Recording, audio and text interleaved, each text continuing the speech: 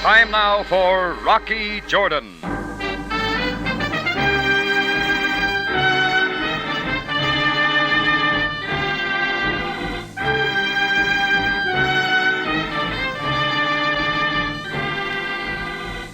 Not far from the Mosque Sultan Hassan in Cairo stands the Cafe Tambourine, run by Rocky Jordan. The Cafe Tambourine, crowded with forgotten men, alive with the babble of many languages. For this is Cairo, where modern adventure and intrigue unfold against the backdrop of antiquity. Tonight's story, The Big Ditch.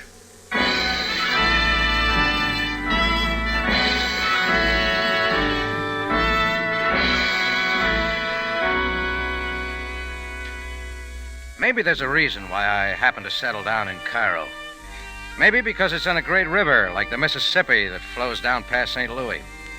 Only the Nile's somehow different.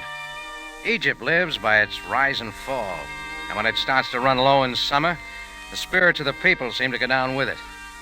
That includes me, and the best thing to give me a lift is to see an old friend, even a guy like Matt Gallagher. I'd had a big Saturday night in the Tambourine, and along about 11 in the morning, I got the receipts out of the safe and sat down to front table where I could be under a fan while counting up. I was just finished when there was a knock at the door. I shoved the money bag onto the counter. As I threw the latch on the door, I saw his face through the window. It hadn't changed much in 5 years, except for a few new scars picked up in some waterfront brawls. He barged in like a big battered freighter riding out a storm. Rocky, me boy, the saints be praised. Well, what wind blew you in, Matt? A good wind it was, lad, for the sight of you again. Let's see now, where was it? Calcutta, Frisco, Singapore? Oh, don't make me remember. If you're thinking of the set to we had with the Sultan's daughter in Istanbul, we rode it out, didn't we, lad? Sure. By the way, how much money did I loan you to get out of town? Bygones, Rocky, bygones. Come now, set me up with a nip, will you? Sure, just add it to your bill. Yeah, that's an idea. Bring around the bottle, me lad. We'll be drinking to all times. Just leave a little of the cash customers, huh? Never worry, me lad, never worry. One day you'll be marking my account paid in full. And plenty to boot. Well, I won't hold my breath till then. Rocky, there are two of us.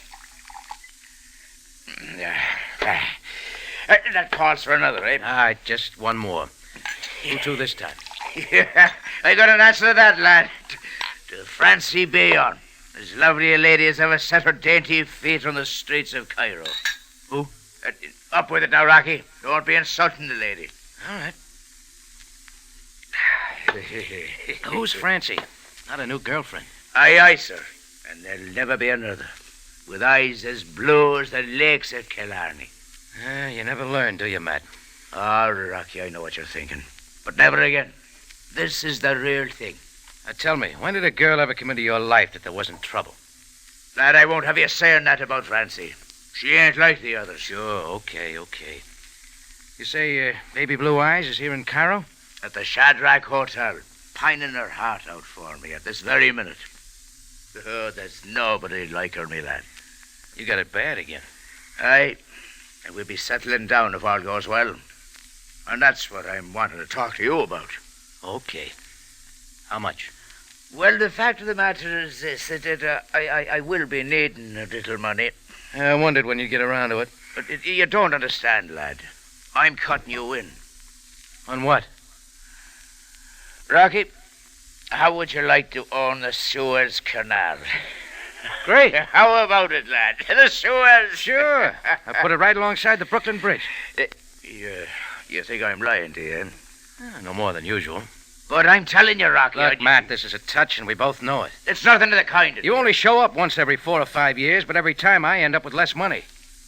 Now, come on, how much do you want? No, that's more like it, me lad. 150 pounds will swing it. I don't know why I'm doing this, but I'll let you have 20. Only 20 pounds? But the deal, lad. You're lucky I had a good night. I tell you, it ain't a touch now, Rocky. All right, call it a wedding present, then. Here. Well, you want it or not? I'll take it. But I... There's a phone in my office. I'll be right back. I'll be waiting, Rocky. You can later that.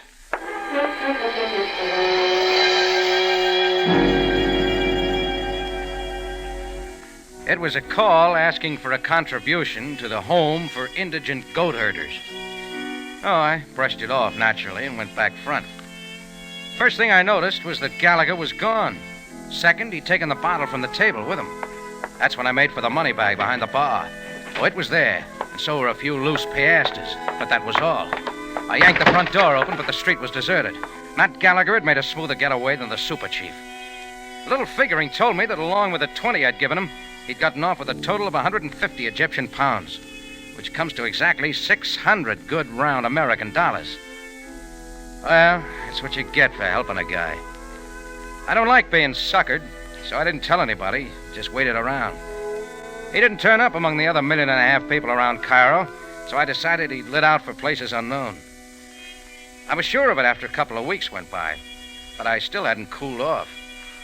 Then I got a call from Captain Sam Sabaaya. Jordan, is it possible that you know a man named Matt Gallagher? Sure I know him, Sam, and I'm looking for him. Indeed. For what purpose? I'm going to dig 150 pounds out of his hide that he owes me. I fear you will have trouble collecting, Jordan. Yeah? Why?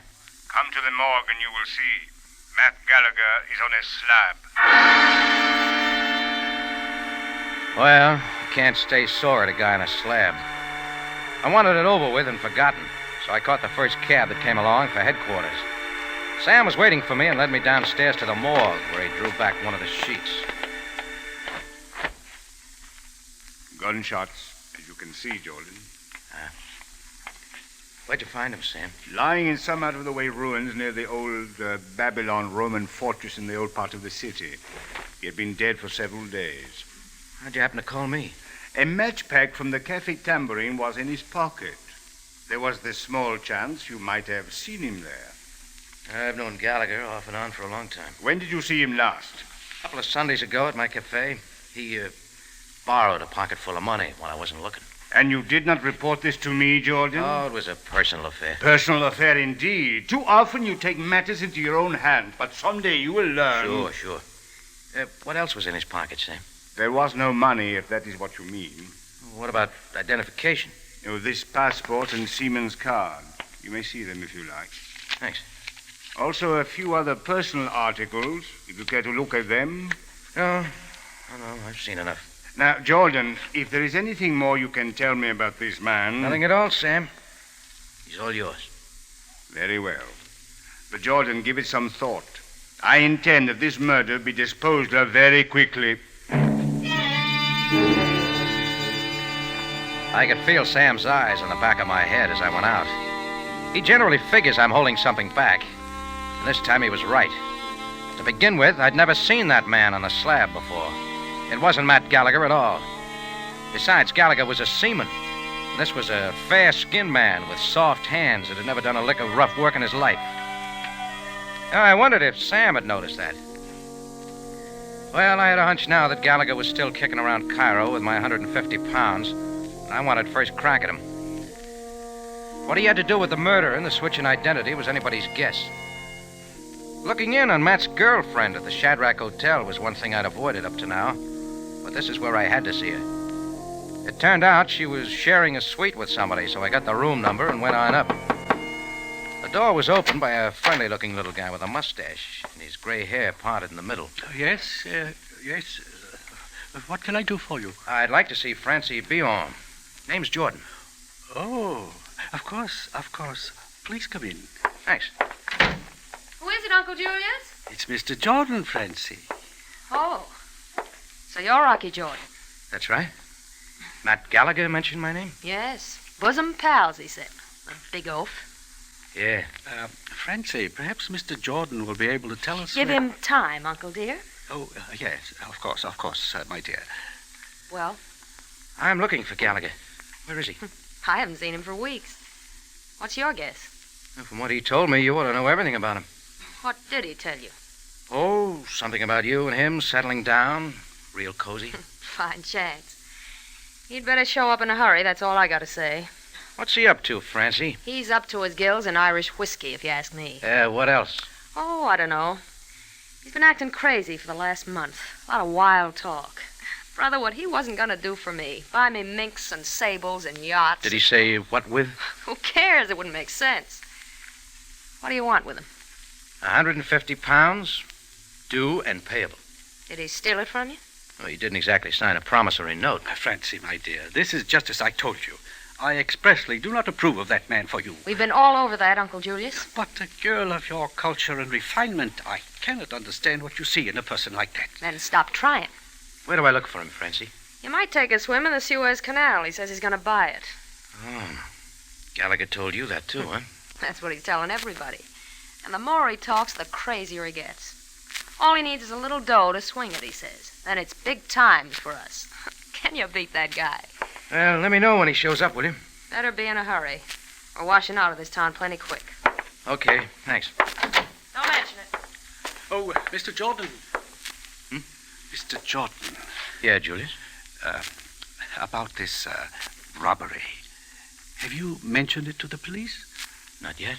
Why? Well, it's for Francie's sake. She's such a sensitive child. Well, don't worry, Julius. What I've got to settle with Matt Gallagher is between just him and me. I finally shook Uncle Julius from my lapels, got out of the Shadrach Hotel, and back to my tambourine. As I walked into the cafe, Chris flagged me down from behind the bar and handed over a package wrapped in old dirty paper. It's for you, Rocky.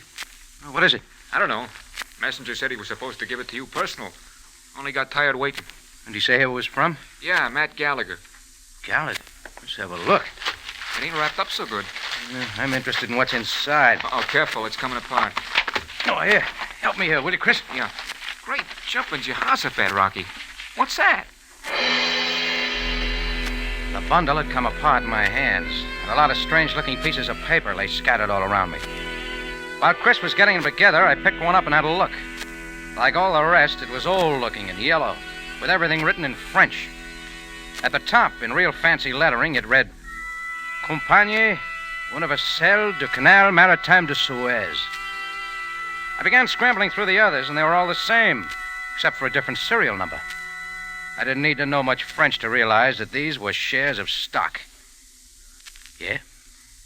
From where I stood, I, Rocky Jordan, now own part of the Suez Canal.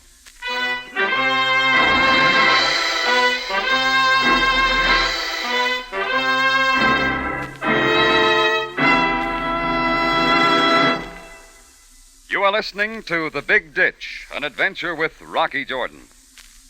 You'll find mystery to your heart's content on CBS, fine yarns woven by some of radio's top mystery writers. But you can also vary the fare with music and comedy. Here's a comedy you won't want to miss. Monday night on CBS Radio Theater, Mickey Rooney stars in Merton of the Movies, a satire on the movie-making industry. Remember, CBS Radio Theater tomorrow, Monday night at 6.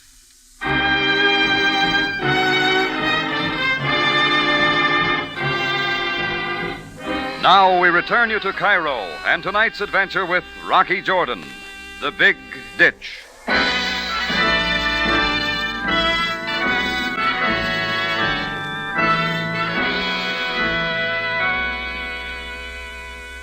What would you do if somebody sent you a whole stack of shares in the Suez Canal?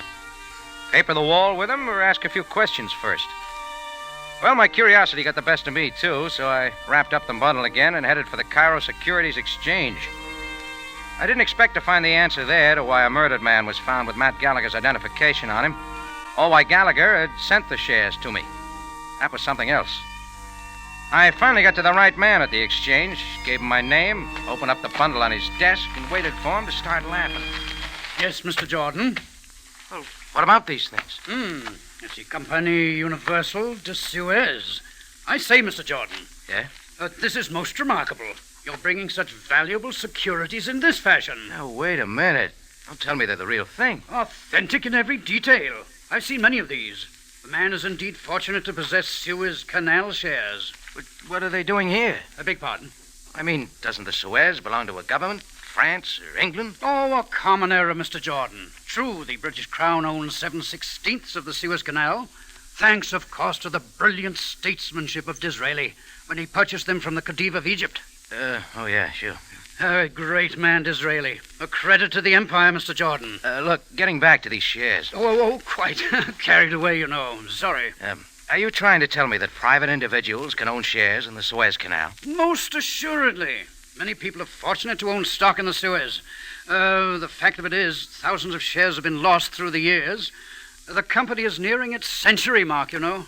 Well, how much are they worth? They sold originally for £250 a share. They now run as high as £20,000. Each? Yes, you have 200 shares here. It's possible that dividends have accumulated. All in all, these are worth, in your currency, approximately $16 million. May I ask where you got them? I bought them for £150. Oh, I see, Mr. Jordan, you're pulling my leg. No, I wouldn't dare. Now, of course, these must be transferred to your name. Oh, yeah, sure, but some other time. You mean you're taking them with you in this manner? Yeah. Thanks for everything. But why? I've decided to get my money back.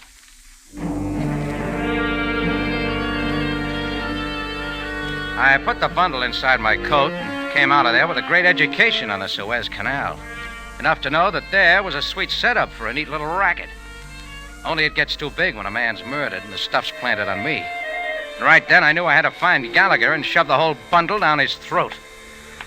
It was already evening, and I moved along the street, not noticing the beggars or anything else, till a little native water salesman started getting under my feet. Effendi, I have the pure fine water for you. Water like crystal. All right, move along. Himshi. Oh, but it is not of the Nile, Effendi. My water is from the hidden springs of the desert. 1 piastre is all. Alayatik. What's good now? 2 centimes, then. Only for you. No water. Himshi. Mr. Jordan. Where'd you learn the name? This concerns another matter. The Afranki would be wise to listen. All right, get it out. Mr. Jordan, there are certain people with money. They will bargain well. What people? What do they want? I cannot tell you who they are, but they are interested in certain pieces of paper. Well, you tell certain people that certain pieces of paper aren't for sale. Get it? Alwa Effendi. You know where Matt Gallagher is? The name I do not know. Yeah. This help? But perhaps there is another who can help you. Who? The Street of Many Knives, up the hill past the rug weaver's hut. I'll need more than that. I have the water. Hey, wait a minute. Very pure water, like fine crystal water. I could have followed the water cellar, but already night was setting in and I had another errand. It took a lot of asking around and some strange looks, but I was finally in the Street of Many Knives. Nothing more than a passageway that winds up through the desolate native quarter to the east. It's a place a foreigner doesn't go around even in daylight, much less at night. And I could guess how it got its name. The wild dogs were out, but they'd found something else and didn't bother with me. Just before the street ended at a hill, I found the rug weaver's hut and a door just beyond. There was no light, but I knocked. Thought I heard a quick movement inside, so I knocked again. I tried the knob. It was locked. I put my shoulder against the door, and one shove was all it took. The lock snapped, and I was inside just as a hulking figure lunged from the shadows. He had powerful arms around me, and we went down. My knees came up, and we went on over. Then I was on top with my hand in his face. And that and the smell of Irish whiskey cut it short. Matt! Rocky, lad, I didn't know. How'd you find me? We'll skip that. Let's get some light in here. There's a candle on a corner table. But you have to light it now, lad. Why not? Oh, Rocky, boy, am I glad to see you. You won't be, Matt. Not till you hand over my money. Oh, now, Rocky, lad, go easy on me. I've been in for a rough time of it. Why the hideout? Well, I'd admit it to you, Rocky. I'm scared. Of what, the police? Not exactly. But I'm in a bit of trouble. Why not run to Francie? She's getting out of Cairo. Well, I tell you, lad, I'm giving her up. Francie's too good for the likes of me. Anyhow, I've learned my lesson, Rocky. There's been a bit of strike north of Johannesburg. I'm going there and dig for gold. Come on with me now. Start clearing it up, Matt. What about the guy down in the morgue? In the morgue? You know he's dead. He was carrying your seaman's card and your passport. Sure, I know. But you don't think I killed him, lad. You couldn't think that. I value life too much. Spit it out, Gallagher. Who was he? Walter Logan. He used to work for the Suez Company in Paris. Did you get all those shares from him? Right, me boy. He offered a quick sale for £150. They'd be worth thousands. Why a price like that? Now, Rocky, you know I don't bother with trifles, asking a lot of embarrassing questions. Go on. We had a little rendezvous, and I bought the shares.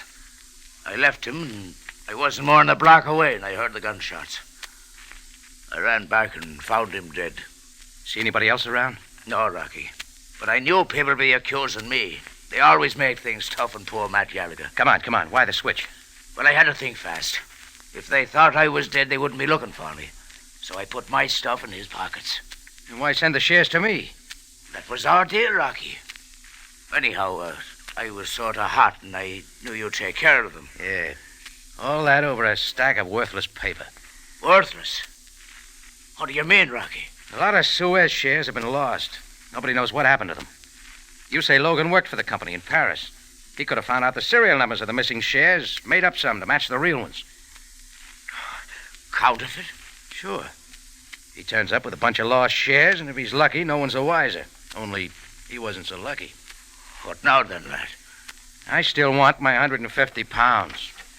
But, Rocky, I'd give it to you if I had it. Hey, but hold it, Matt, hold it.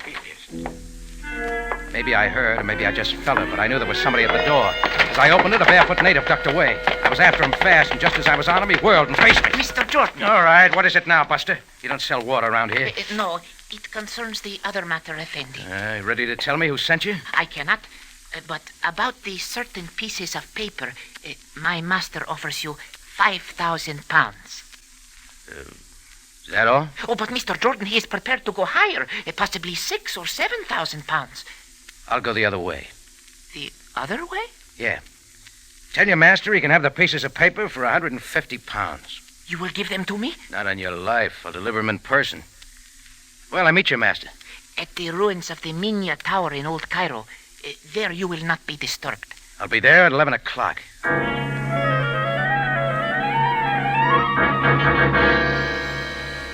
The little water cellar vanished in thin air, and I was back dragging Gallagher into the street and down the hill. I figured as long as he'd started this thing for me, he could be in at the finish.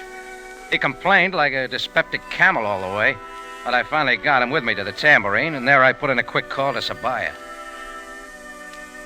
What are you trying to say to me, Jordan? I told you, the guy you have in the morgue isn't Matt Gallagher. But you saw him yourself. Why did you not tell me?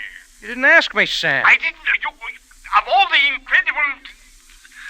Then who is this man? His name's Walter Logan. Jordan, listen to me. You have completely upset my investigation. You have come dangerously close. Sam, do you want to find Gallagher or not? Indeed I do. Then put on your snowshoes and mush on out to the Minya Tower in Old Cairo. Jordan, you will first explain this to me, Jordan. See you there, Sam. Gallagher heard every word of the conversation, and he was crying real tears as I tucked the pieces of paper under my arm and shoved him into a taxi out front. Between him and the lazy taxi driver, I had myself a time as we rolled south into Old Cairo. Finally, we drove through what once, centuries ago, was the gate to the Roman fortress called Babylon. A little farther on, the cabbie pulled up, and he wouldn't go an inch farther for all the fish in the Nile. So we walked it from there. In another quarter hour, we were nearing the crumbling Minya Tower, surrounded by ruins, just a few minutes before 11. A full moon was out now, almost white against the ancient sandstone walls. It was quite a sight, but Gallagher wasn't impressed. Rocky, I don't like it at all. We're early. There's nobody here. It's right there that Walter Logan was killed, don't you see? Yeah. Somebody might repeat themselves. Look, Rocky, this is not for me. Let's get out of here. I'm sorry for getting you into this, lad. I'll make it up if it takes the rest of my life. Might not be long enough, Matt. Now, Rocky, me boy, that's exactly Get back what in I the mean. shadows. We'll wait here. Matt dug for a dark corner, and we waited. Not more than 3 or 4 minutes. Then we heard footsteps along the passageway from the way we'd come. Whoever it was kept to the shadows on the far side. The steps were confident, with no trace of hesitation.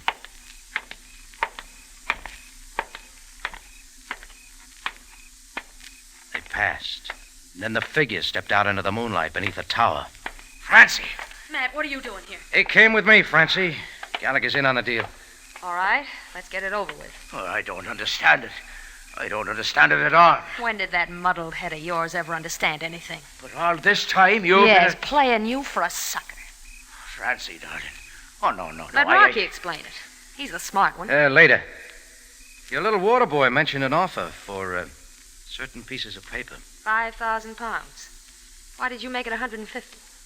I'm satisfied. You have them? Yeah. All right, give them to me. Let's keep it honest, Blue Eyes. Here's your money. Now hand them over. They're all yours. Thanks. Now we'll get a few things straight. Skip it, Rocky. Come on out, Julius. Yes, I'll take over now, Francie. Julius. It's Uncle Julius. I've been wanting... Careful, Matt. That gun in his hand, he'll use it. You're quite right, Mr. Jordan. Oh, I'm getting it now. I should have known why you didn't like me, Uncle Julius. Always come between Francie and me. What's bothering you, Julius? Matt and I know too much. You've still got a lot of phony shares to sell. You could quite well interfere with our plans. So I'm going to kill you. Just like you did Walter Logan. Yes. Well, he fixed you up with his stuff. Why drop him? He was a little man. Our methods frightened him. He began trying to dump the shares at quick prices. There was no telling what he would do next. I had to kill him. That leaves just you and Francie. Great team. I give her full credit. It is she who masterminded our plan. It ain't true. It ain't true at all. I'll not have you saying that about Francie. Shut up, you stupid ox. You forced her into it. You never liked me. And I don't like you either, Julius. Matt, keep back. You'll be poisoning her mind against me no more. Stop, you fool, stop! You or nobody can stop Matt Gallagher. Matt stopped 2 slugs head on and kept walking in. Then his big gnarled hands were on the man's neck and driving back. Julius had no more chance than a day-old kitten. All at once it was a snap, and he dropped like a wet bar rag. Matt stood over him for a full second, and then he piled on top.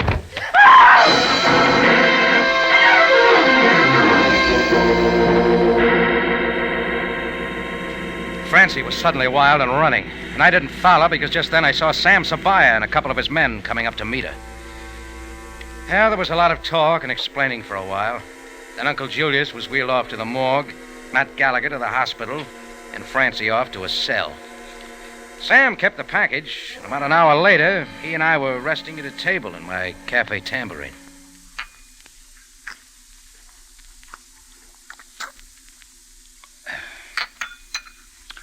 Jordan, you make very good coffee. Sounds that way, Sam. You should confine your activities to just such things as this. Oh, I'm willing. But when a poor sucker like Gallagher comes around, what are you going to do? It is possible there will not be another time. Takes more than a couple of slugs to knock out a guy like him. What Francie did to him will hurt him worse. Perhaps. By the way, Jordan, I'm wondering now what I should do about you.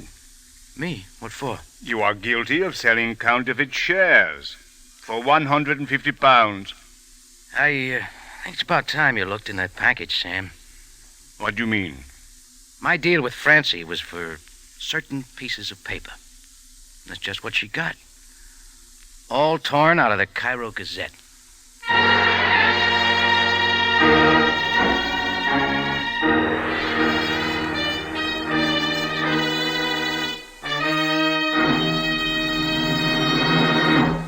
It's CBS at this same time next week for another story of adventure and intrigue when we take you back to Cairo and the Cafe Tambourine, run by Rocky Jordan.